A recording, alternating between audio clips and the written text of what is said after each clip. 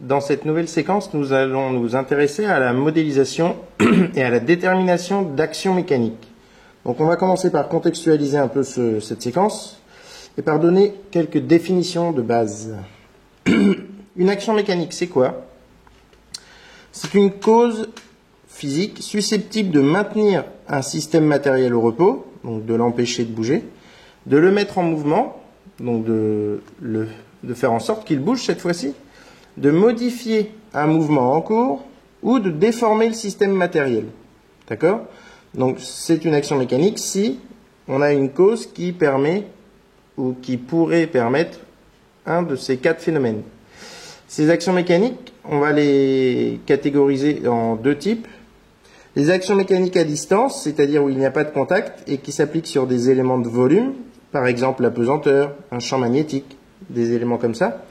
Et les actions mécaniques de contact. J'ai contact entre un corps et un autre, ou entre un ensemble et un autre. Et là, ce sont donc les surfaces en contact qui transmettent l'effort. Ce sont des actions mécaniques surfaciques.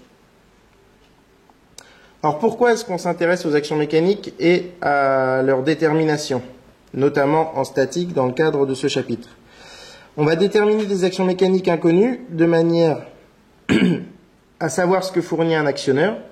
Je veux tel comportement, que doit fournir mon actionneur, et de manière à savoir ce qui est transmis par les liaisons. Donc par exemple, je sais que tel pivot encaisse telle force ou tel effort. Comment je dimensionne mes roulements qui permettent de faire le pivot ou le palier lisse, etc., de manière à ce qu'il supporte cette charge. D'accord ? Ce qu'on veut, c'est, à la fin, en statique, pouvoir dimensionner des composants de la chaîne d'énergie ou de la structure porteuse de la chaîne d'énergie. Alors, on va utiliser un exemple tout au long de ce chapitre, c'est un pilote automatique de bateau.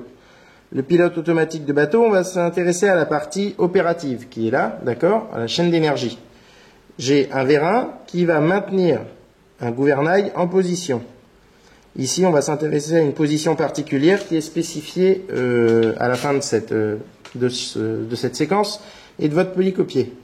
Et la question qu'on va se poser, c'est quelle pression je dois installer dans mon vérin pour maintenir en position le gouvernail en connaissant la force hydrodynamique qui s'applique sur ce gouvernail. Donc le gouvernail, c'est la pièce bleue, et le vérin, constitué de sa tige en vert et du corps en rouge, ce vérin maintient le gouvernail à l'équilibre. Quelle est la pression que je dois donner en fonction de la géométrie et de la force hydrodynamique qui s'applique sur le gouvernail? Ce sera notre exemple durant ce chapitre et notamment à la fin du chapitre.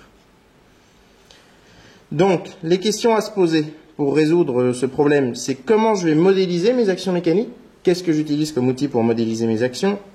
Comment tenir compte, j'ai oublié le mot compte, comment tenir compte des liaisons entre les éléments?